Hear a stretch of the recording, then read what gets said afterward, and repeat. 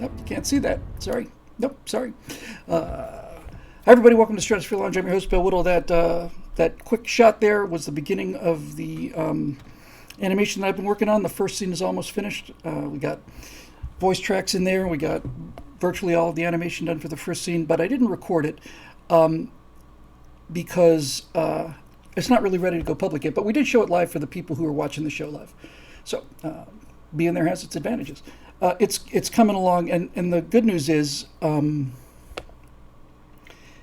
I'm getting faster and faster and faster at it. I'm not going to spend a lot of time talking about animation that you didn't see if you're watching this on YouTube or Rumble or anything, but I will say that things that used to be impossible are now easy, and things that were mind-breaking now just take me 10 or 15 minutes. And I was talking about the fact that the script for this, I just could not be happier with this script. On some level, and I know I'm going to end up eating these words, but on some level, this script is the best script I've ever written. I know it. You're saying, Bill, how can that be? Everything you write is it just keeps setting the bar higher and higher. But the truth of it is, the reason I think this might be the best thing I've ever written, Maurice LaMarche, Dave Big Booty. Yeah, and if I get Maurice LaMarche, then I might be able to. See, the problem though is it really kind of needs to be me and Zoe. So I'm going to work on maybe I'll see if I can get Maurice to get me a voice. Just kind of get me into it. Anyway, when we just showed the animation, I asked Zoe to read the lines because it's me and Zoe. It's Sir William and Lord Alfonso. And I think it kind of has to be that. That's kind of the point, really, in a way. I think. So anyway, back to the script. I got about 2/3 of it done. Different mic? Is that possible? Looks like it's... Oh, get a different mic. Sorry. Knowing me, I thought I'd talking on the wrong mic. So anyway, no, I'm going to have to do it, and I'll find it. I'll find a voice for it. The reason I think the script is so good is I realize because it's actually almost perfect satire. And when I mean perfect satire, I don't mean it's just like well-written satire. I mean it's like classic satire, because it makes fun of things without naming them. You know exactly what it is that you are making fun of. You know exactly what's being lampooned or sent up, and yet you never hear the name really. And everything is allegorical, and that's what good satire is. Good satire is played straight but very funny, and never on the nose. Never, originally it was just going to be, this and this. Now it's like, no, these monsters just come out of there. I've got this tentacled thing for feminists, and Zoe's calling out what these monsters are because he's the expert. He's been here before. I'm just here to help him. These things are coming out, and and I've got my back turned. I said, what's next? He says, feminist. And I turn around and this tentacle thing comes, this big like beak mouth. It's like a land thing with tentacles. And he says, feminist. And I say, feminist, just a bunch of girls. Turn, my eyes! And then this tentacle thing, the feminist walks up to me and starts to attack me. And the tentacle just goes plip, plip, plip, plip, plip, plip, plip, on the, on the armor. And I just kind of... So I'll find the voice. And by the way, I did do the voice into a gaming headset. Zoe did it on his studio and compressed the living hell out of it. I will get the voice where it needs to be. Now, I did get my voice considerably better for America's Forgotten Heroes, but that took a lot of vocal warm-up, and I usually didn't have the patience for it. And that meant I damaged my voice. That's how I really hurt my voice back in October. People who are knowing what they're talking about are talking about noise gate and pop filter. Hooray! If you have any suggestions, we'll take them. But I will send the video out for professional voice things. And this particular one, since the helmets are on in the first scene, I know you haven't seen the animation, folks. Sorry, that's just the way it goes. I'll be over this in just a second. Is first scene with the helmets on, so I don't have to do the facial motion capture for that. I just lip it out for both parts, and I get the head turns and the eye blinks right. But very close now. We're going to be bringing Zoe in, and we're going to just do motion capture sessions for both of us, and especially the facial motion capture. And that's just going to be fun. It's going to be fun to be in this room, acting with him. So that's that. People keep saying, I wonder if we get Kevin Sorbo or Morris so much. That'd be lovely, but I'm not going to be in the colonies. But this one is actually kind of about me and Zoe, so it kind of has to be me. The character looks like me a little bit, I think. So anyway, it's really fun. The other thing that's fun about this animation that's coming is that this whole thing is a kind of an introduction. They're walking through the forest. You hear this threat. You see the werewolf walking through the forest. And then now I'm at the point where the werewolf jumps out, and then I start issuing these Shakespearean insults. And from there, it goes into, not farce exactly, but I was trying to think about where I was looking for the target of the character, and the closest thing I could come up with was Lord Flashheart from Blackadder. Just big and bold and so on. I'll take it down from that.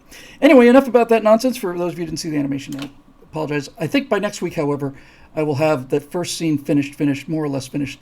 So we'll show it then, and all this will make sense.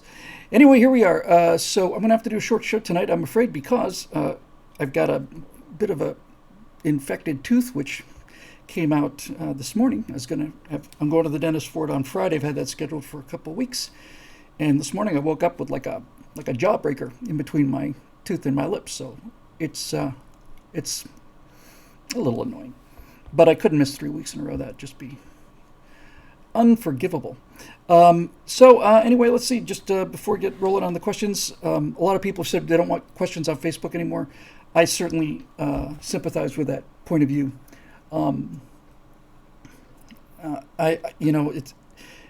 We're doing everything we can to spend as little time there as possible, but it's still a route for a lot of people. And the Stratosphere Lounge, unlike other shows, really started there as just something for anybody to listen to. So despite the ideological issues with them, I think we're going to have to keep posting it there for a while until we can really kind of migrate as many people to some new places as we possibly can. And I do expect that with the advent of all this stuff, I will eventually be opening a second channel, maybe even a third channel. Certainly one for these animation things and the colonies, and maybe one for pop culture talks along the lines of neurotic or critical drinker. I need to get a locals.com account. Let me click on the link. Is this how I find swingers in my area? Single ladies looking for love? Control my destiny. Well, you can hardly. Oh, fantastic. Thank you for the advice. I will check that out when the show is over. I figure if I read it now, is that Scott Adams? It is. Hey, how about that? That's pretty cool. Thank you. Like I said, I'll check that later. Anyway, so I'm going to have to make this one relatively brief, but we're going to stay on Facebook for a while and do that. The Nick Searcy is on locals.com, I see. Well, there goes my respect for locals.com.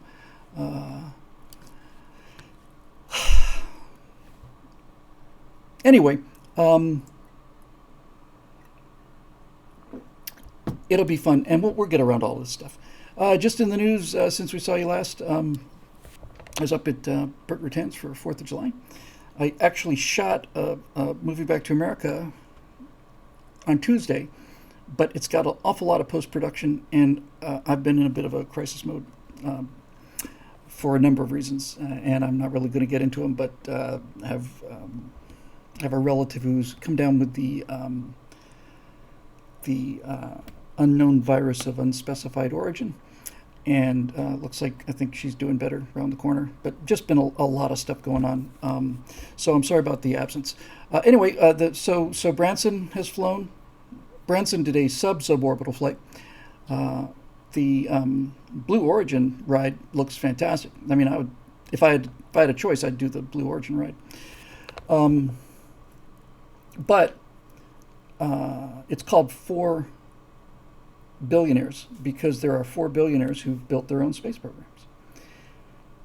And it's a seething injustice to me that people only know about 3 of them, because the one who built the first private space program did it 17 years ago. So anyway, I'll get that edited tomorrow. We should have it up weekend or Monday.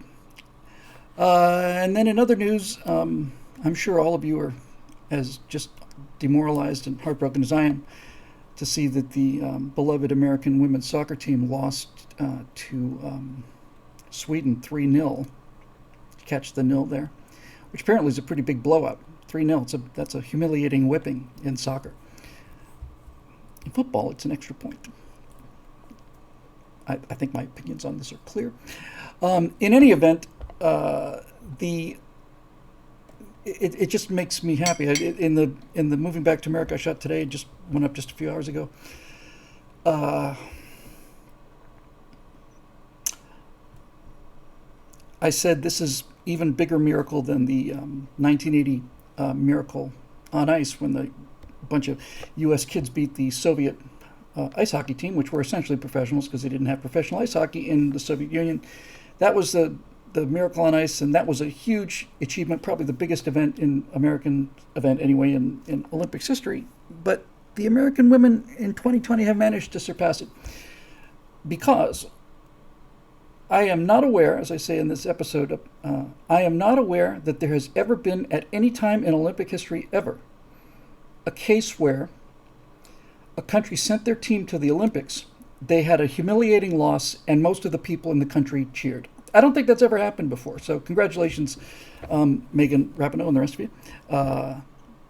It's you're really raising the bar out there.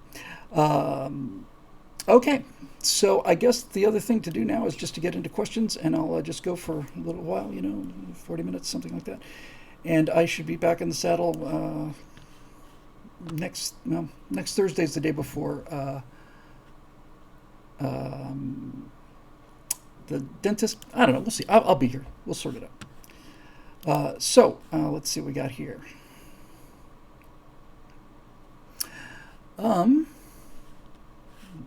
Page probably needs to be updated. Let me refresh the page. Hope everybody else is doing well out there. I don't know about you. I think I'm actually super encouraged by all of this. Where Americans are booing the women's soccer team because nobody wants that. Nobody wants it, and there are no signs of anybody wanting it anywhere. It's still a completely opaque mystery where their leverage is, although I have some guesses. But nevertheless, nobody is buying this. Nobody's like, it's being forced on people, this whole woke self-hatred thing. And since their policies and philosophies are not only inhuman, they're anti-human, all we have to do is just get in the fight. We just have to get on the board. And then it's game over. It lasts as long as a football match between football players and soccer players. In any event, let's see what we got here. So our friend Martin Archer is here. Suggestions for including in the colonies. This may be premature, but let's see what we say. Opening monologue explaining the series, possibly the scenario for each episode per Star Trek, Twilight Zone, Alfred Hitchcock Presents Mission Impossible. Wow, this thing is just... I should have unrolled this. Martin, the thing of it is that there is such a thing as cultural style. And for example, in the middle to late 60s, at least on comedies, there was a cultural style of having to basically explain the show in the opening credits. And classic example is Gilligan's Island. Two other examples would be Bewitched and I Dream of Jeannie, both of which had kind of animated sequences that kind of told you, what the show's about. I don't think a voiceover will really work today. I think it needs to be much edgier than that, much edgier than that, and edgier than the opening to The Expanse. Although I like the music in The Expanse, the opening in The Expanse is just a little bit, I don't know, precious maybe. I think the opening of this thing needs to look like it's shot on like video on location by the people who are actually there, and then just kind of cut together. We'll worry about that later. Custom theme music and incidental music, obviously. Characters and location are helped by subtle reinforcement via incidental music, no question. Going back to Star Trek, obviously there's a number of themes there. I think there's a couple of themes from Amok Time, the one where Spock loses his mind and has to fight Captain Kirk with the big long stick.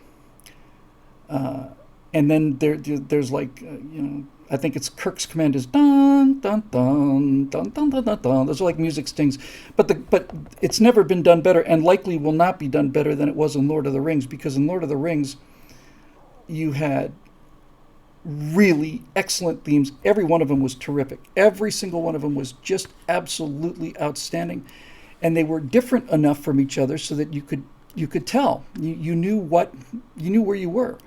The Ring had its own theme. It's that first hunting one, da da da da da da da da, and then the Hobbits, had their own theme. Da, da, da, da, da. Anyway, you get the idea.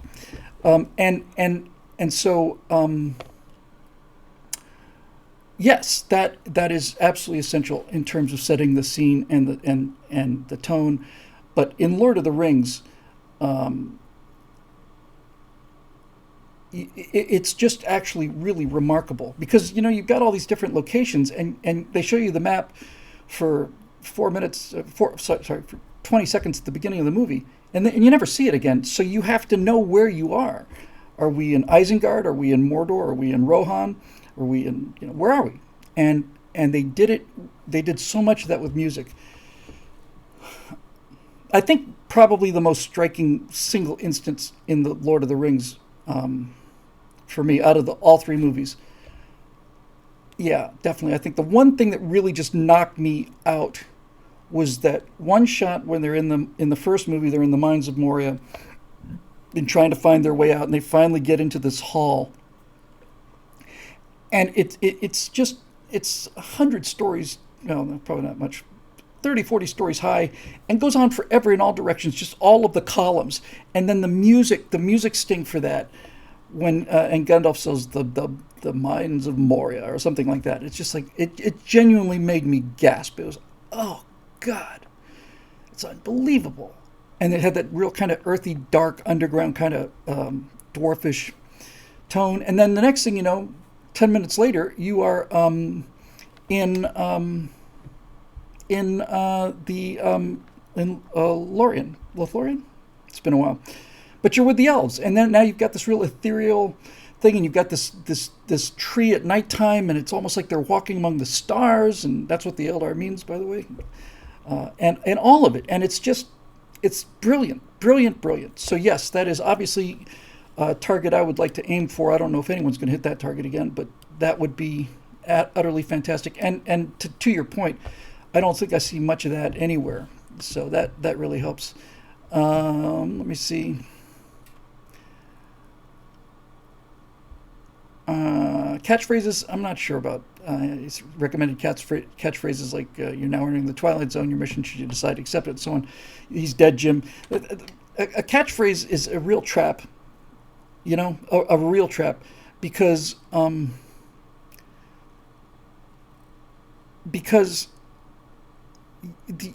tend to lean on the catchphrase. I mean, you really do, and Ricky Gervais did The Office, the British Office, which is really very funny and excruciating. There's no one handles that sense of just like cringe better than him. But he also did I think a two season show called Extras, and in one of them he gets the lead role on a low comedy show, And it's a catchphrase show, and I forget what his catchphrase is. I'll find out in 8 seconds because I'm talking to the internet.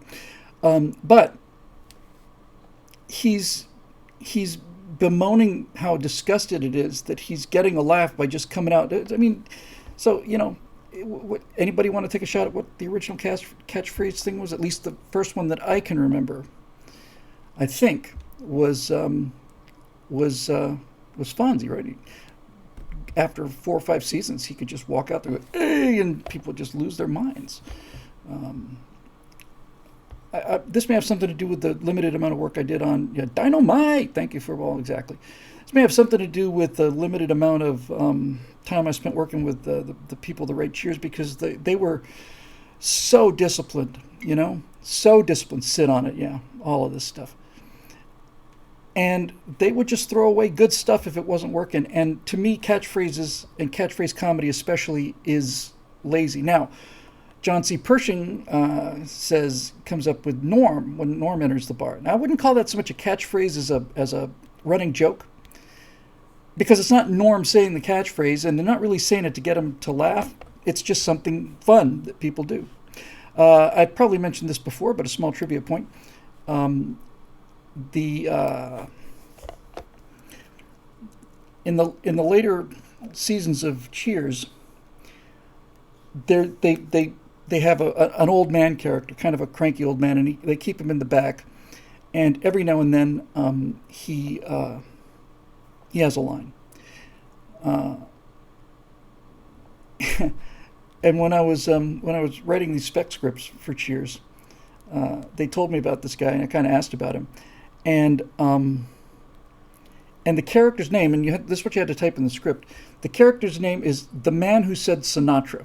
Now, I didn't see the original episode, but apparently he had one line, he said, Sinatra, to some kind of question. And it got such a laugh, and people loved him so much, they just kept him there.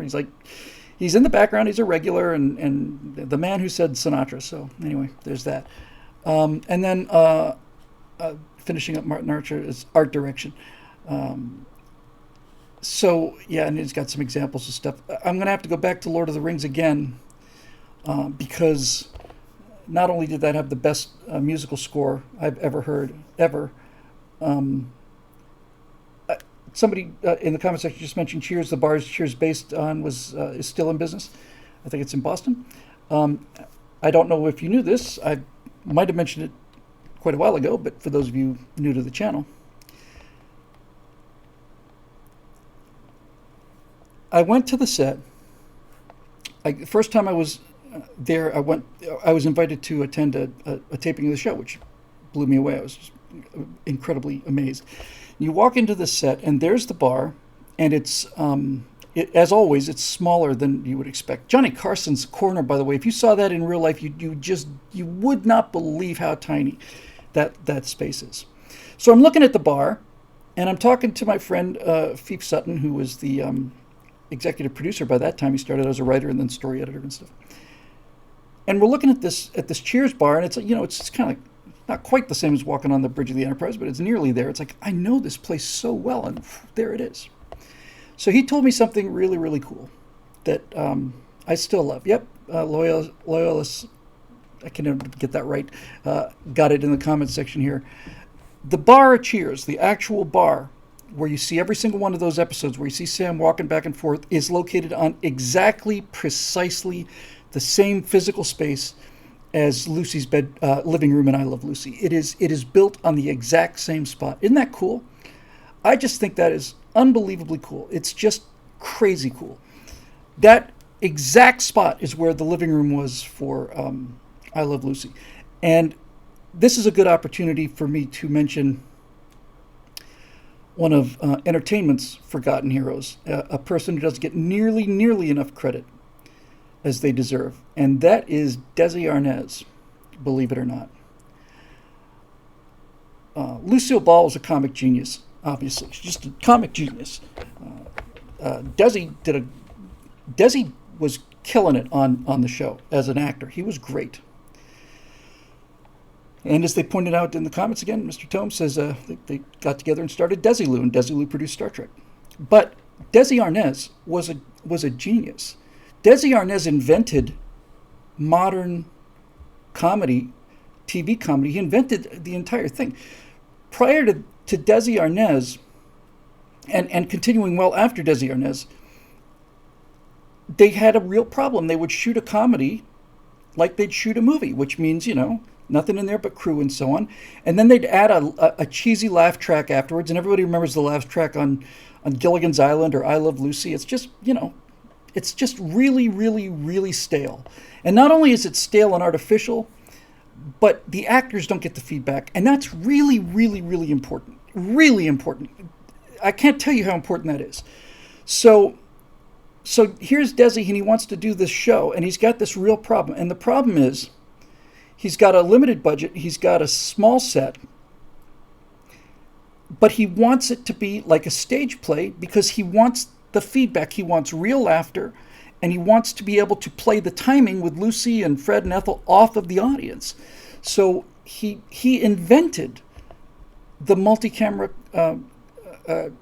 sitcom thing. Instead of shooting with one camera, all right, back to one. We're going to shoot Desi's shots now. So Desi would read all of his lines, and Lucy would read lines back, and then they'd put it together in the editing room. He invented the idea of getting 4 or 5 TV cameras, those things the size of semi-truck.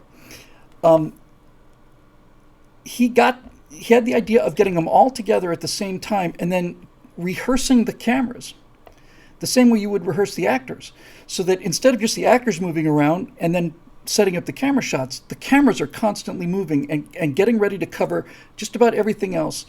And it changed everything. So I Love Lucy was the first show shot before a live audience. And that's why it's still as funny as it is, because it's just, he invented it. And a number of other things, too. As a shrewd businessman, he just completely lost to history, but he doesn't deserve to be. He really was a genuine, actual genius. And he made not only that show happen, but just about everything else really, really something.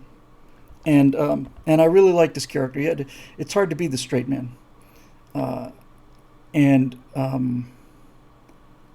I actually feel kind of bad about making Zoe the straight man in this thing I'm writing, but he can get his revenge later. But he was not only a great straight man, he also could get a laugh. He could get a real laugh, and he really did. So anyway, I'm glad I got a chance to mention that. Let's see. Anyway, so yeah, all of that stuff. The art direction on Lord of the Rings, Martin, is brilliant, and this is such an important point. I've just repeated it a few times. The reason that Lord of the Rings looks so good and Game of Thrones looks so crummy. I stopped watching Game of Thrones after 2-3 episodes because I couldn't take the art direction. I couldn't take how derivative it was. It just really, really, really made me angry. When I first saw it, I thought, so these are like C-level talent who saw the movie 4 years ago, and they're kind of trying to, and all of, it was completely inconsistent, and and it just, no. I just thought it was awful. I thought the set design was awful. I thought the costumes were awful. So you look at Lord of the Rings, and Peter Jackson had the sense. He had the same kind of sense that Desi Arnaz had, and that is that he understands how to give actors as much ammunition as they possibly can, because when you really, really get down to it, everything depends on how good the actor is. The performance is everything, and everything around that, the budget, the entire $500 million they spend on it or whatever, is absolutely wasted if you don't have actors giving a performance. The script could be magnificent, and it was in the case of Lord of the Rings. But if you don't have actors really delivering it, then it's just whatever, meh. So the genius of Jackson was he spent the extra money so that in virtually Jackson's example is an exception that I'm not aware that there's any other cases to this. But just so you know, because it's fun to talk about showbiz for a change, get off of the politics. When you have a crowd scene, let's say you've got Aragorn and you've got a Legolas and Gimli here, and he's talking to the guy, and there's a row of Rohan warriors behind him. Well, the front row would wear generally what we sometimes call anyway a hero suit. A hero suit is one that'll take a close up, and then everybody behind them would be wearing far less elaborate, far less interesting versions of the hero suit, and the logic is sound. No one's going to see that detail, so why go to the trouble and effort of putting it in there? It's an airtight argument. By the way, I first heard the term hero suit when I was researching what happened to the robot on Lost in Space. They had a couple of robots, and the hero suit robot, the one they used the most, somebody found it just in a shack, and just molding away, and they restored it completely. But anyway, so all of this stuff is interesting. But Jackson had the genius to realize that the performance of the people behind the people giving the big performances was important. It was really important. And so he had Weta make sure that every single piece of armor had the same level of detail as all the others. Same weapons had the same level of detail. All of it. And he did that because he wanted every one of the extras to feel like they're essential to the story. And it shows. It shows. You just look at Lord of the Rings, just fast forward through it or something, and just look at the background actors. Somebody mentioned earlier in the comment section about how flat a comedy is without the laugh track.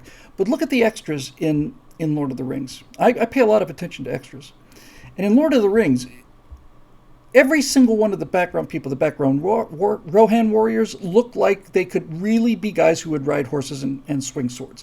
And the background actors in Minas Tirith, in Gondor, looked daintier than the warriors did, but they had better armor, and they still had like steel in their eyes, but they didn't look nearly as tough as the guys they got for that. And the elves have their elegance, and the orcs, that those performances were fantastic. All of this stuff to say that this is another one of those things, like they said on Red Letter Media, right? You may not have noticed it, but your brain does. And the people that produce top quality work are the ones who sweat the details. They're the ones who sweat the details. That's all there is to it. Now, I learned a lesson today at a conference call on with a guy who's been 30 years in the gaming business. And he gave me a lot of good advice, but he gave me one piece of advice that I should have known about, and I didn't take it. I take it starting now. He said that when he started out as an animator, artist, and he said that the thing to do is you basically sketch out the entire thing first. You just get everything into shape and proportion, and then you start going in and start working the details. He said something really cool, like when he was working on comic books, you'd warm up by doing the hair. That's cool. And so you basically got the whole picture, and you start, you just get the whole thing done, and then you just iteratively go through it again and again and again. You start refining it, just increasing the resolution, basically. And he said a lot of animators, a lot of artists can take a look at a picture and they'll see that all of this detail is in like the upper left-hand corner, and then the rest of the picture doesn't match that detail, and you realize the guy or the woman that was drawing it got completely in love with this level of detail, and they didn't have time to finish it at that level of detail. So anyway, this animation I ran earlier, there were shots, and some of those shots I bet I rendered them 10 or 11 different times. At least that. Some of them are rendered 20 or 30 times. It's a lot faster in Unreal than it is in 3ds Max or something. But I was trying to get it exactly right. And that is a very, very big mistake. Big, big, big mistake. I talked about this when I was talking about writing screenplays. Once you start writing a screenplay, never, ever, ever, ever go back on your first draft under any circumstances. Because if you do, you will go back to the first act and you'll start, I'll fix this on. I developed the pilot a little bit later. I developed a character. I'm going to go back and add these things or fix these things. Don't ever do that, ever. Because you end up going back to the first act and you rewrite the first act 7 times, and then the film never gets finished. And after you've written it the 7th time, and I'm feeling this right now in this feeling this real hard in this forest scene. Been working on this thing for 6 weeks now. And I'm starting to think that's not really that good, and it doesn't look good, and it's kind of boring and stuff. And it's like, no, move, man, you got to move. So I'm not re-rendering anything from anymore. I'm going from the start to the finish. I'm going to just get the shots in, and then once it's done, I'm going to start going back and just buffing it up. And then there's going to have to be a point when it goes out the door. But in any event, that was really really useful advice, and I'm gonna force myself to do that. I'm not going to do anything again ever. If it's as long as it's the shot, then that's it. So anyway, all of that is all of that. Let's move on and see what we have here. Next up is Eduardo Henrique, top fan. Everybody's diamond fans here. So let's see what we got here. Hello, Eduardo. Greetings, Bill. Wizard13 here. Hey, I think you're here live somewhere. I think that's the name. My question of this week is, will the four narratives you planned for the colonies have some relation to each other besides being in the same universe? I mean, will characters or events from one narrative have meaningful impact on the other ones? Like the war narrative making shipments from the homestead to the Homestead family being delayed? I ask out of genuine curiosity, for I think no matter your choice on this, I would be fine with it. Yes, this is really important. I don't know. I feel a little bit self-conscious about talking so much entertainment stuff, but I do talk an awful lot about politics, and I'm really kind of sick of it right now. Not really much new to say. So let me address this. All of these things, I'm not going to go over the stuff I just went over, obviously, but things like the music selection and the art direction and the costumes and all that, they create a sense of consistency.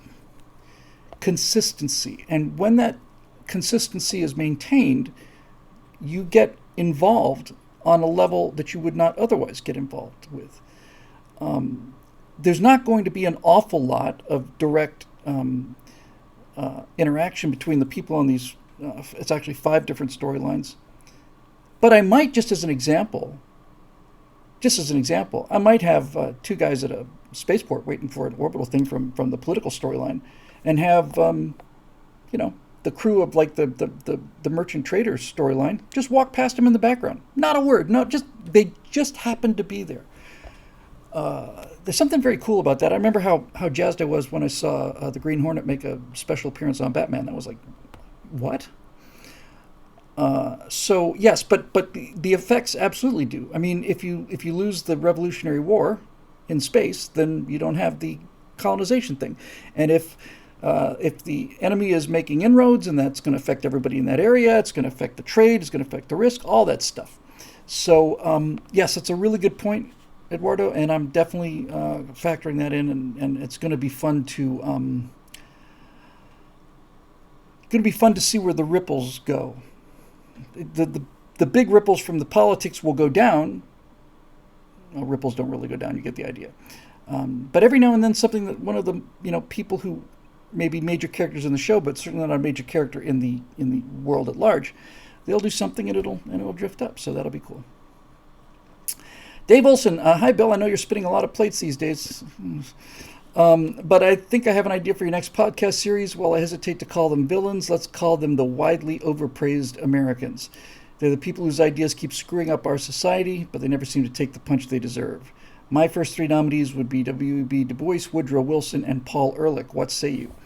I think it's a grand idea. America's Forgotten Villains kind of thing. And there's quite a few there. A number of people have pointed out to me, and I have very, very lovely comments about the America's Forgotten Heroes, and so thank you for all of those. A number of people have pointed out that one of the reasons that they thought it worked so well was that I kept the politics pretty much out of it.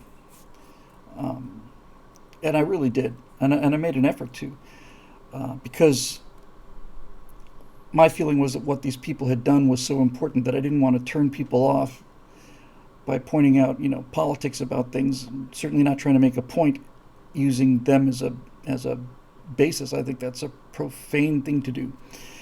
So I think the historical ones are better being as apolitical as possible. But there is, the thing of villains. I think we'll probably do another set. It got to number 2 in Apple Podcasts worldwide in all categories. Very proud of it. Really, really proud of it. I got to listen to the Dick Rutan episode with Burt Rutan and Dick Rutan on the 4th of July in Burt Rutan's house. That's about as good as it gets. So, yeah, and once again, Daily Wire did an astonishing job with the sound effects and the music especially. They really made it work. So I suspect we'll do another. If they asked me if I wanted to do something tomorrow, I would do another 7 of America's Forgotten Heroes. I've repeatedly tried to sell them on the idea of a series called Hell on Earth, which would be a historical hour on the worst experiences that have ever, occurred to a significant group of people. And the Roman Battle of Cannae is the first thing that comes to mind. When Hannibal surrounded the 2 Roman legions of the Battle of Cannae, he basically completely shut them off. And once they were surrounded, the Roman legionaries lost the will to live. And combat veterans will say they can see that every now and then when things get really bad. Sometimes people just get into almost like a robotic kind of state of, well, I guess, because their emotions are shutting down because they've been so scared for so long. But in Cannae, they had, I don't know, 9,000, maybe more than that. No, it was more than that, actually, tens of thousands of people. Soldiers in the circle. And then Hannibal had them completely surrounded. And the only Romans that could fight were the ones that were right on the periphery, right on the edge. And it took about 8 hours for them to kill all of them. But they killed, I don't know, 50, 60,000, I think. And it got so terrifying in there over time that there are stories about Roman legionaries who dug a hole in the ground with their helmets, put their head in there, and then filled in the earth around them. That's how they killed themselves. And I thought, good God. That's, if you can take somebody into that, you're really doing it. And you need to. I had a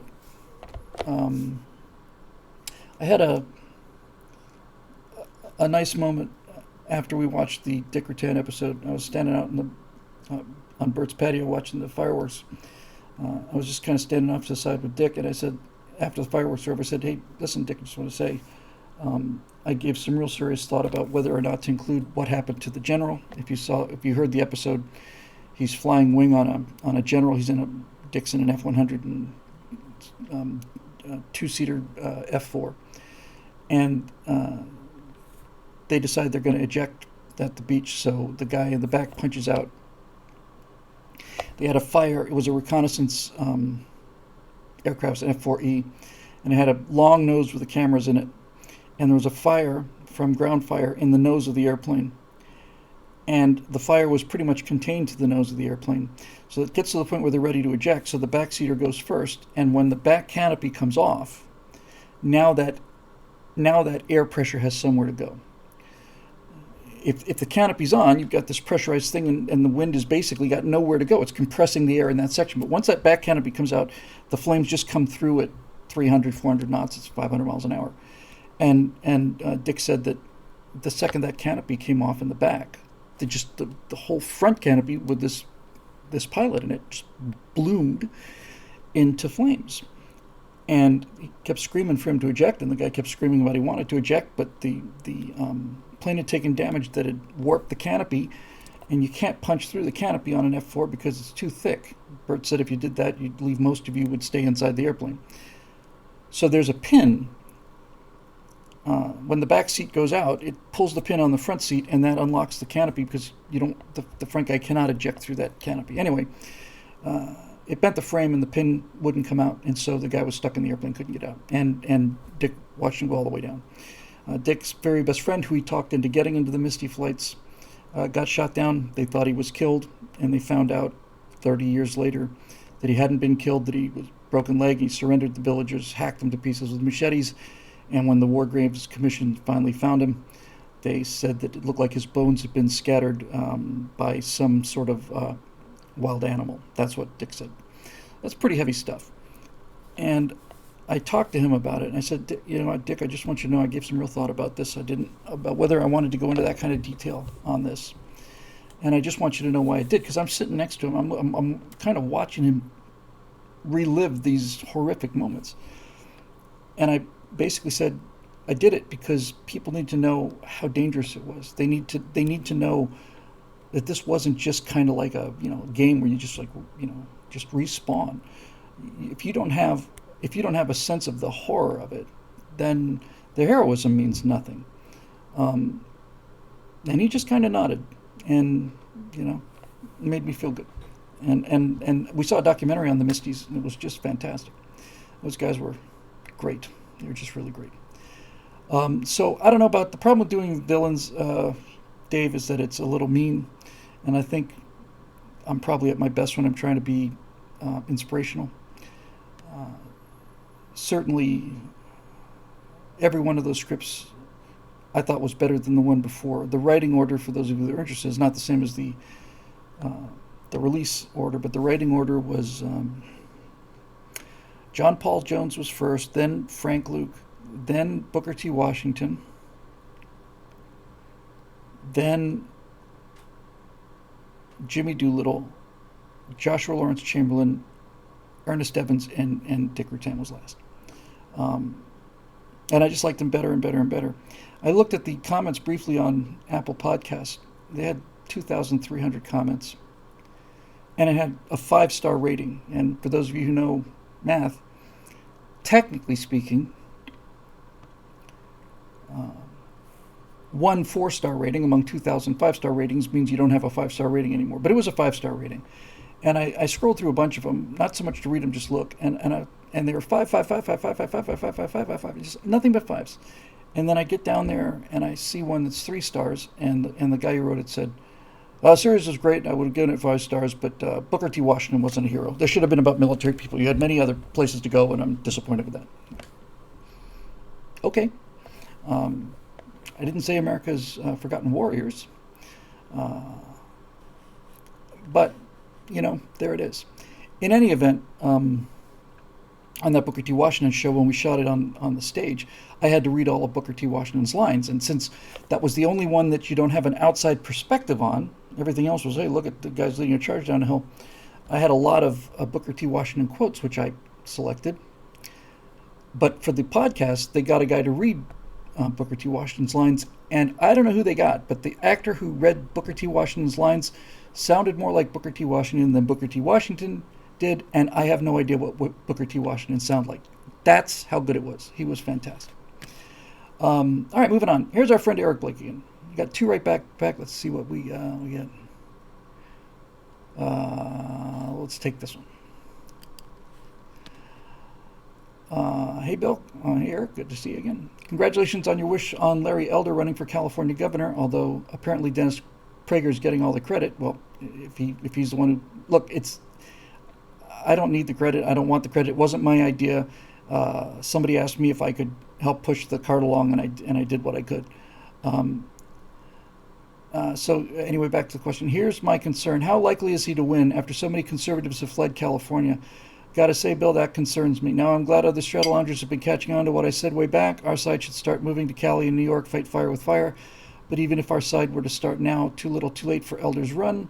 So did our own side hurt his chances with how many have fled the state?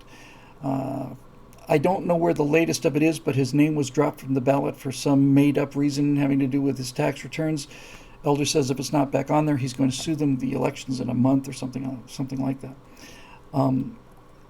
And I thought, and somebody said, well, do you think he's got a chance to win with a write-in? And I said, no, the write-in candidates never have a chance. And then I heard that there is something like 47 names on the ballot. So the first hurdle is obviously, is Newsom going to be recalled? I don't know. I don't know. Anecdotally, I've heard a lot of Democrats just really, really angry. Oh, he's back on the ballot as of yesterday? Fantastic. That's great. That's very, very good. But when I thought he was a potential write-in candidate, if it were, 2 people running and you wanted to write in Larry Elder, you just haven't got a chance. But with 47 different candidates, no one is going to get a huge block of votes, right? Which is why I think he's actually got I think if Newsom is recalled, Larry Elder will be the next governor, because I think he's the only one out there who's got the name recognition, and God knows he can make the argument. So I don't even know if you saw the segment I did. It doesn't matter. The main thing is he's doing it, and I'm gonna cross my fingers. The voting booth is a private place, and I genuinely honestly thought Trump was going to take California. Maybe he did, but anyway. I just find out from Marusha Dark that Alan West is running for Texas governor. Hooray!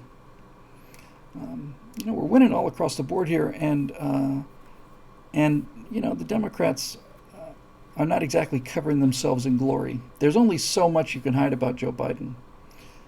I was talking about Shakespearean insults earlier. I don't have this actually written in yet, but when they finally encountered Joe Biden on this animated thing, he's just this enormous statue sitting in a chair. It's a huge statue, and they're skeletons bowing down, worshiping him. And he's like this ancient Egyptian mummy. It's like he's made out of moldy old stone. He looks absolutely thousands of years old. And as I mentioned, I took a look at somebody had put a collection of Shakespeare's insults together, and I saved a bunch of them for later use. But there were a couple here, if you'll indulge me, that I'm going to apply. These are actual quotes from some of the plays, and here's one for Biden from Antony and Cleopatra. Thou art so leaky that we must leave thee to thy sinking. That's great.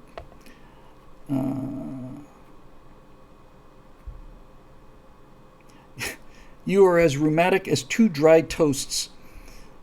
I'll tell you which ones I've gotten. I think I used this one on Faustus. Thou whore son, impudent, embossed rascal. But there are a couple.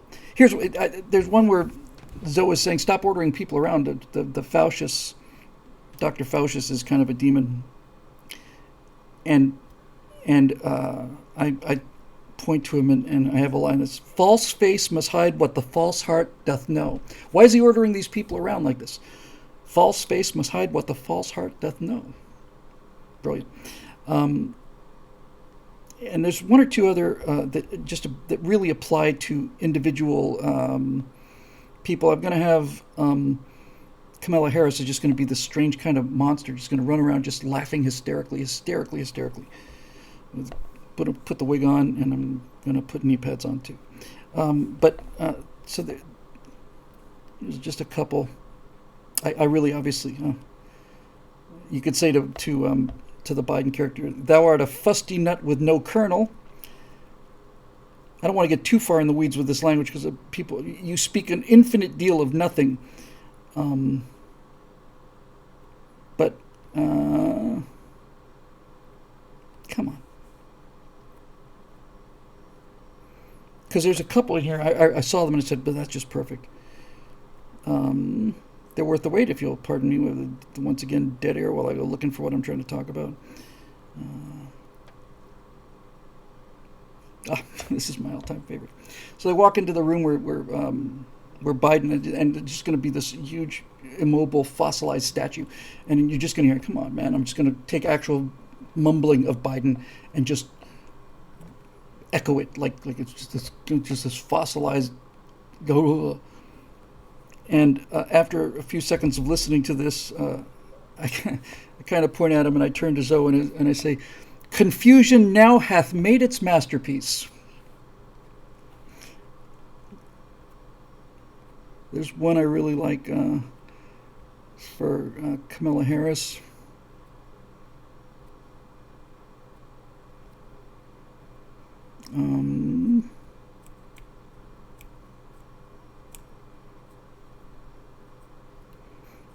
It's coming. These are just great.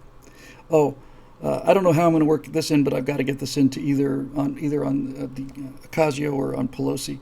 Thy kiss is as comfortless as frozen water to a starved snake. Thine horrid image doth unfix my hair. I have a circle back joke. I have an entire circle back joke. 6 or 7 lines each. Here's something for Biden. Thy brain is as dry as the remainder biscuit after a voyage. Here's the one I love so much for Kamala Harris. Idol of idiot worship. Idol of idiot worshippers. Classic stuff. So we will we'll put subtitles down there so people can see. And it's funny because I just did like a deep dive into Shakespeare 18 months ago. And when you read an awful lot of Shakespeare, and I reading awful lot of Shakespeare for the first time ever. I mean, I know the major plays, but I was just reading everything. And when you read a lot of Shakespeare, you start thinking, at least writers do. And came a time when I thought, man, I'd like to write something in a Shakespearean style. And that's exactly what I'm doing. And it's just going to be fun. It's just going to be really, really fun. Anyway, so I think I think given a 47 person contest, I think Larry's got a really good chance. Let me do two more, okay? And then I'm gonna have to go, I think. Graham Godfrey, Georgia, Arizona.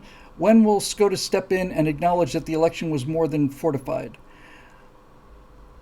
On closer examination, common sense, any which way was the truth. Anyway, thanks for tonight, as this is why I joined up at a price. Nice to see you.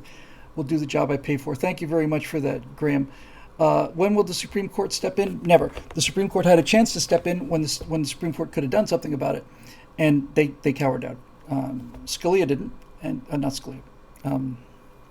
Alito didn't, and Thomas didn't. But the three that Trump appointed, yeah, we don't see any reason why the Supreme Court should handle this issue. I remember at the time thinking, this is, if you had to sit down and write a reason to put the Supreme Court into the Constitution, if it was ever needed at all, it would be needed for something like this. But no, they punted on it because Roberts is worried about his legacy. He's made a legacy for himself, all right. And so has James Comey made a legacy for the FBI. But individually, slowly, under the radar, all of the things that we said were true are true. And all the things we said about COVID were true, are true. It's going to come out. Needless to say, I wasn't very happy about it at the time, and neither were you. But it's important that it comes out, because once it becomes proven to be true, then it becomes a weapon for the future. And I was not looking for a weapon of the future. I still will not understand this to my dying day. I will not understand why the Supreme Court didn't take that case. I mean, I know why they didn't. I know the political reasons and the personal reasons why they didn't. But speaking of the Supreme Court as a cog in the Constitution, they needed to rule on that case. They needed to. And if they didn't have, and to not have the courage to even look at the case, isn't that why they have a lifetime appointment? I mean, isn't that the whole idea behind a lifetime appointment of a Supreme Court justice, is that presumably makes them immune to things like public opinion and re-election and all the rest of it? That's the entire principle, right? You're on the court forever. You can rule your conscience, and you don't have to worry about the consequences. But Marusha says if they took it up, it would only create more division. See, I disagree. Because look, they would have had to issue a ruling one way or another. And just assume for a moment, just out of nostalgia's sake, that you got a fair hearing and that you had honest justices, and that they would actually render a serious decision based on the evidence produced. So what are the two outcomes? Well, one outcome is that, no, we find significant fraud here. Okay, well, then this terrible tragedy gets worse, but it gets worse and then it gets better. Watergate was a great example of that, right? I mean, it had to get worse before it got better. Nixon just went, look, when I think of the things that Obama did, it's hard to come down on Nixon, but the bottom line is he kept lying and lying and lying and lying and lying until finally got out of office. And they had to, and that resignation had to happen, and only after that happened could the healing start to begin with that. But they never certified that it was that the election results were accurate. Because if I had confidence in the court, and I don't have confidence in anything anymore, But if I did, and they said, no, there's not sufficient evidence for us to think that this election was influenced in any meaningful manner, that would be a relief to me. I know this probably doesn't sound strange to you. I would much, much, much rather have found out and believe that the genuine truth, God's truth, was that Donald Trump lost the election fairly and squarely. If I believed that, I would be a lot less angry and a lot less cynical than I am now. And if the Supreme Court would say, no, we looked at everything and we took a deep look at all this and we just found no evidence, that would be an enormous relief for me, and it'd be a relief for the rest of the country. There'd always be people who felt like, they it doesn't matter what their decision is, there's always going to be somebody who says something. But if they'd done that, then that would have been great. And if they'd ruled it was stolen, then you'd have to go through the procedures of doing it again or whatever the case may be. And if they ruled it wasn't, then there'd be some kind of closure. But there was no closure. In fact, the fact that they avoided it added to the fire, as far as I'm concerned. It added to my outrage about the whole thing. Lysoya says they dread the accusation of, quote, disenfranchising a single voter. Somebody needs to take the argument that I've been making and hand it upstairs. Let me just say this.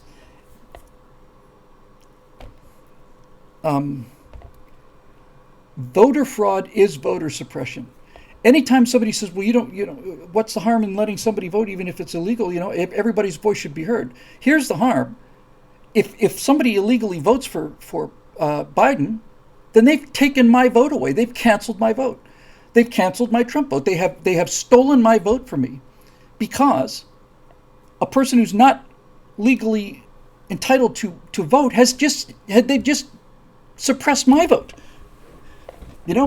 They have disenfranchised me. They've disenfranchised you. If they put 10,000 illegal ballots in there, then they've disenfranchised 10,000 Trump voters. 10,000, 100,000, million. Never, ever, ever, ever let them get away with this, and we just do. We were willing steps to ensure. No. Cheaters are stealing the votes of people who aren't cheating. You're the ones that are suppressing the vote. You are the one that are disenfranchising the American people, not us. We want to make sure that the people who can legally vote, vote. And if the people that can legally vote for you, then we're going to play along because we're adults. But no, they're trying to suppress the vote. We're trying to make voting approximately as difficult as buying a beer in a 7-Eleven. Why isn't somebody saying this all the time, consistently? Nope, we don't do it. We just don't know how. You got to kick these people in the moral superiority and don't stop. Just keep making the case. Zoe does that so beautifully on the Virtue Signal. I don't think there's an episode gone by where he didn't say, yeah, there's the racism problem, or this problem is a real problem. And it's because of the Democrats, because of the Democrats. Yes. Yeah, that was crazy and disgraceful. But nevertheless, it's all coming out. And the time will come when the fact that the what is Critical Drinker's line? He's got it so perfect. What does he call it? The unnamed virus of unspecified origin, or something like that. Well, it's going to be soon going to become known that it got out of the lab. They'll slowly admit it. And when they slowly admit it, then next time we can say, yeah, well, you said that the Chinese thing wasn't true, but it was. You said that this wasn't true, but it was. We said that this was true. You said it wasn't, but it was. And then we've got evidence. Somebody wrote a headline where they were talking about, I think it had to do with this. There's just no end to these people. That Republicans are calling for defunding the police now that it's been proven to be unpopular. And somebody said, some commentator in an article said, Republicans bring the receipts regarding rioting or something like that. The unnamed virus of unspecified origin. They brought the receipts, which means that here is, what was a vaccine thing, I think. Here's Nancy Pelosi saying they won't take the vaccine. Here's the videotape. Here's the videotape of this, and this. You got to bring the receipts, and you got to know how to present the receipts. You got to know how to make the case with it. I keep coming back to this thing again and again and again. You can't just argue against it. You've got to disassemble it. You got to disassemble what they're saying, not deconstruct it.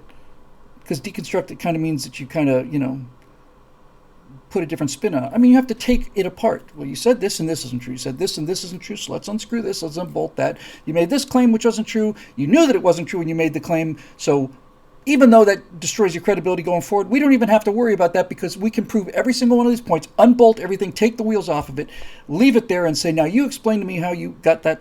Because if you can put those pieces together the way you said you could, you're either an idiot or you're a liar or you're a fascist. And it doesn't have to be or. You can be all three. That's it. And mocking it, as Marisha said, that's the thing. That's why I'm so excited about this animation thing that I'm constantly coming back to. It's like it mocks them. I have Dr. Fauci as a demon with his glasses, and he's perched on this dark altar, and he's saying in a demon voice, he's saying, "Come hither." And zombies, real zombies, start walking towards him. And there's, "Go forth." And the zombies turn around and start walking away from him. "Come hither. Go forth. Come hither."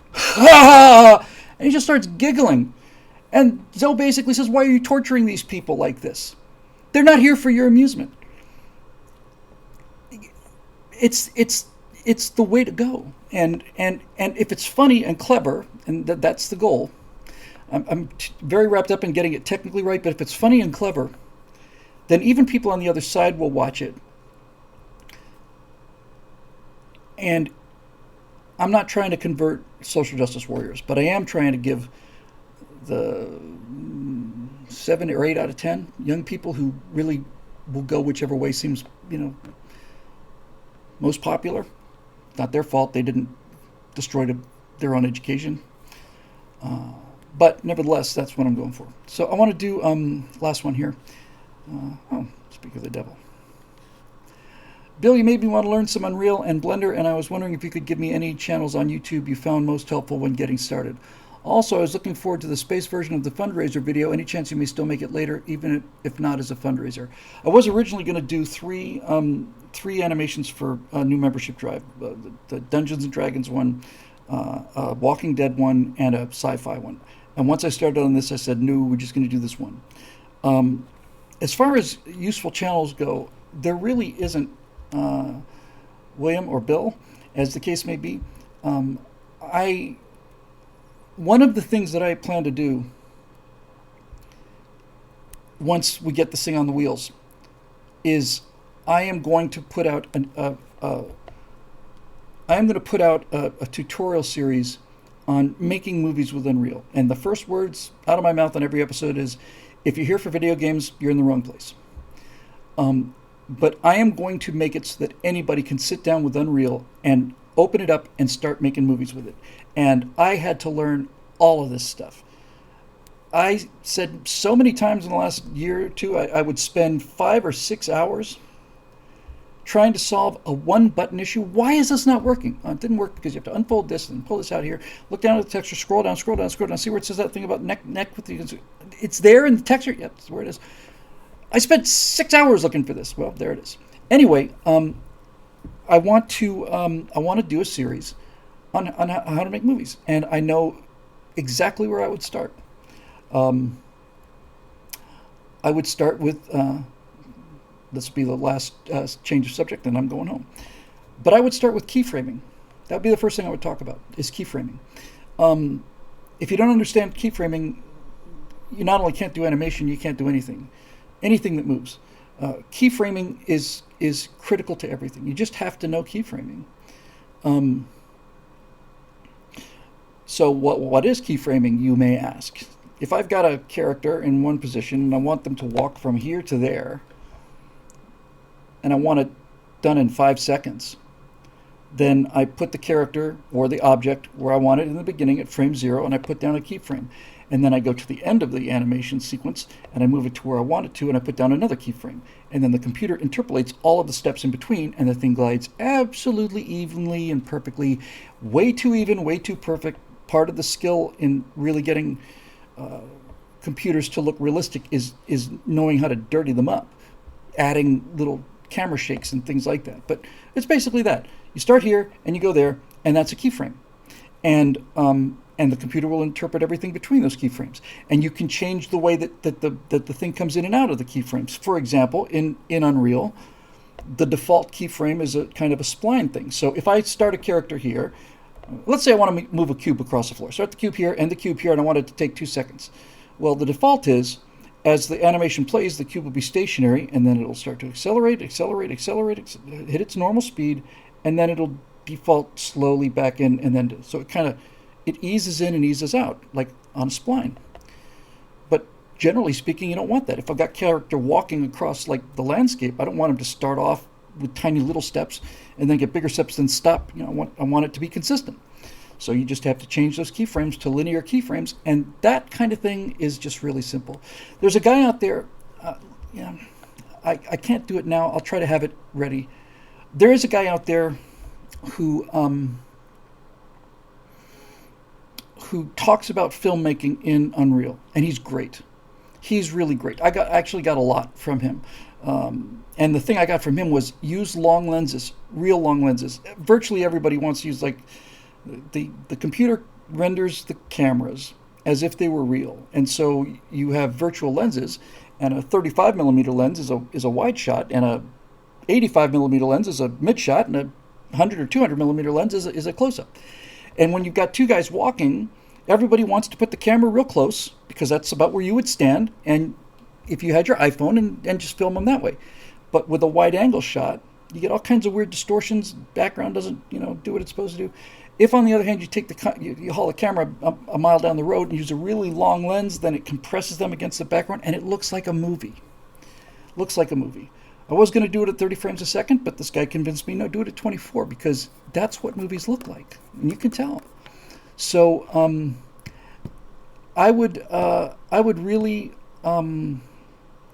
I really think that I could get a lot of subscribers and viewers if all I did was making tutorials about how to do this. And I swear to God that I will do two things that I've seen virtually no one get right. First of all, if it's not scripted, it will certainly be edited. The amount of they're practically as bad as the Stratosphere Lounge in terms of just like wandering off. It's like, I'm real well aware of what you're doing here, pal, but I need some information here. And the other thing is that they say things like, so I've already prepared this and I'm bringing it in. And then they bring it in and they show you how it works, and it's great. So you go do the exact same thing. You're literally advancing the frames on the YouTube tutorial to make sure you hit everything right. And then you realize, now there's something he brought in to say, I've already taken care of this, so the tutorial would go faster. He's done something that I'm not doing and I don't know how to do.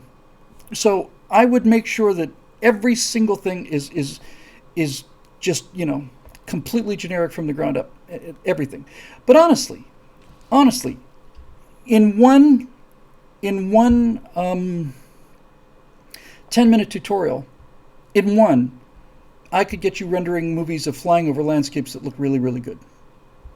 And then there are other issues and stuff. So anyway, there's so much of Unreal to learn, and so much of Unreal you don't need if you just want to do cinematics. And since the rendering is so good and so fast, and with version 5 is unlimited, billions of triangles in these. I don't know how, they still don't know how they do it. I don't know how they load it, but they do. So it's a tremendous movie making tool. All Mandalorian is Unreal Engine, all of it. They have a LED wall and the guy stands there, and all those backgrounds or virtual backgrounds are done on Unreal. So, and you can put the guy or a stand-in on the set. They got the high-definition video wall behind him, and he's standing in front of a desert landscape, let's say, and a guy is sitting here with a computer with a mouse, and he's got a little slider, and the sun angle is changing. Let's bring it over about that azimuth, lower it a little bit to get closer to the horizon. It gets redder. It just happens automatically. And it's utterly fantastic, utterly fantastic. And because the game industry has become so much bigger than the movie industry, there's big bucks in games. And since there's big bucks in games, there's big bucks in making beautiful games and games that keep setting the bar higher technically. And because there's that market pressure, there's market pressure for the hardware manufacturers to make a ton of money. I'm an NVIDIA guy, and I have been from the beginning. But NVIDIA makes AMD, I think, makes the other cards. There are really just two manufacturers out there. But there is so much money to be made by selling these video cards that just the video card in the PC behind me, just that is a monster computer 4 or 5 years ago, and it's doing all the heavy lifting. So so and the other thing about working in Unreal is that so much stuff is just automatic. Like, for instance, that opening shot with the moon. It's a Sky plugin. I don't remember what it costs, $40 maybe, something like that. And I downloaded and loaded into the program, and then I've got my Dead Forest. I've got my Spooky Forest asset that I bought, and it came with its own lighting, which was okay, but it wasn't super great.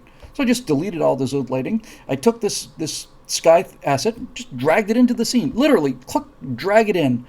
Ta-da! The sun is the right size. The lighting is perfect. The reflections are perfect. The clouds, there are so many variables. I remember, and this is the advice I got earlier today from the guy who said, don't keep rewriting the first act, just get the thing finished. I mean, I have spent no less than 5 hours. No less than that. Just on that first, not even the first shot, on the first image. Is it still here? That image. I spent 5 or 6 hours on it because I was doing things like I was increasing the density of the clouds, and I'd watch the bottom of the clouds get darker as the clouds got thicker, and I could change the reflection from the ground back up, and I know what I wanted it to look like. But none of that stuff is important. The tools are there, and I'll close with something that's a little more accessible, I guess, to everybody. For those of you that are interested in this kind of thing, and for those of you that aren't, you're not here anymore, you departed a long time ago. We are now entering a time that reminds me very, very much of 2002, 2003. And what I mean by that is the ability to create cinematic pieces of work, movie quality pieces of work, are now becoming inexpensive enough for literally anybody to get in the game. Should say virtually anybody to get into the game. See, so it is there. Virtually anybody can get into the virtual game. But so in 2002, 2003, if you wanted to be heard prior to that, you had to work for a magazine, and they had to pay you, and you had to do whatever you had to do to get the editor to approve, all this stuff. So 2002, 2003 comes along, and along come blogs. And now here are these three guys in 2003. Somebody told me there were 4 million blogs started that year, and one guy wrote a satire blog called Scrappleface. His name was Scott Ott. One guy wrote kind of a snarky look at politics called Vodka Pundit. His name was Steve Green. I wrote an essay on America called Eject, Eject, Eject, a blog about America. And there was a brief window there, about 4 or 5 years, where before everybody made the fatal move to go to Facebook and YouTube, and before social media came along, there was a 4 or 5 year period there where anybody had access. It was an infinitely large, infinitely flat playing field. Nobody controlled the access to it. If you had internet access, you could have a blog. If you could host them on Blogspot or whatever. You didn't even have to pay for the web hosting of just even like the $30 a month if you didn't want to. So you've got this infinite horizon of people that can get into the commentary game, and they did. And so then the question is, who manages to make a living out of it? Well, if you're a talent will out. Talented writing stood out. Now, I'm an exception to that rule, but nevertheless, you get the idea. If you have a completely open space and no one is locking the doors the way Hollywood locks the doors, Hollywood can lock people out of show business, because up until very recently, it took $50 million to make a cheap movie. And I don't have $50 million. And the people that control the $50 million are all super big left-wingers, and that's why there are no conservative movies. So, up until now, really now, and really when I say now, I mean really in the next year or two, up until now, you had to be a multimillionaire and you had to produce left-wing content in order to get it seen, because that's the only thing that got through the Hollywood gate. But now, Unreal Engine is free. That's a brilliant thing that they did. Brilliant. And they made a bunch of their best assets, photorealistic assets, free. And you think about this, well, they could make a lot of money off of the software, and I would pay hundreds. I'd pay thousands of dollars for the Unreal Engine, because I can. But for most of my life, I couldn't. And if I couldn't, then it's either a pirated copy or I don't get to play. My first version of 3D Studio was 3D Studio 2, and it came on 52 floppy disks, and I got a pirated copy because it cost, I don't know, $700-800 in 1990 or something. And it was one of these kind of things, like a drug deal kind of thing. Okay, you got to, this is the guy who's going to sell me the pirated copy. You go to the corner of Highland and Franklin and call me from there. Huh? Just do it. All right. And then this guy's like, checking the door because I'm stealing this software. But I've paid 3D Studio back a lot more than it cost. In any event, Unreal makes it free, and then they get a percentage if you make a game that does well. They get a percentage of that. But I can make all of the cinematics I want to. I don't have to pay them a penny for the software. I do have to pay for the assets, but this is the genius of it. Unreal is such a powerful visual tool that by making it free, hundreds of thousands of individual artists could make a living at it because they're selling assets. I'm going to put out a texture pack, or I'm going to put out the suits of armor that you saw.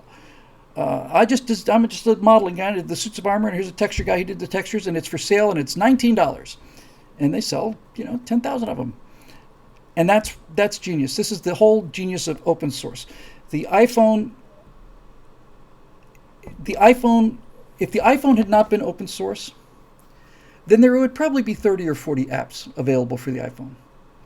Because that's what the Apple developers could come up with. But there's millions of apps, and there are things that nobody could. I don't know how many times I've said this. Every time I see a blowaway app, like, oh my God, I take a look at it and I just think, I immediately understand how this works, but I never in a million years could have done it. So anyway, I'm going home. But Mr. Tomes in the comment section said, you're making a Dune reboot. I haven't been following the comment thing, but there is a new Dune trailer was released, I think, today. And I have to tell you,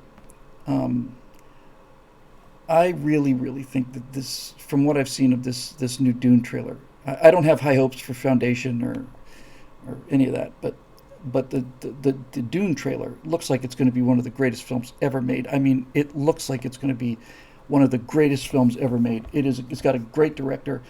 The special effects are spectacular, but they're not intrusive, and God knows the story is there, right? I mean, it's the greatest science fiction story ever told. It's just brilliant. So I think it's going to be really, really, really something. It comes out in October. But if you haven't seen the new trailer, go look. It's breathtaking,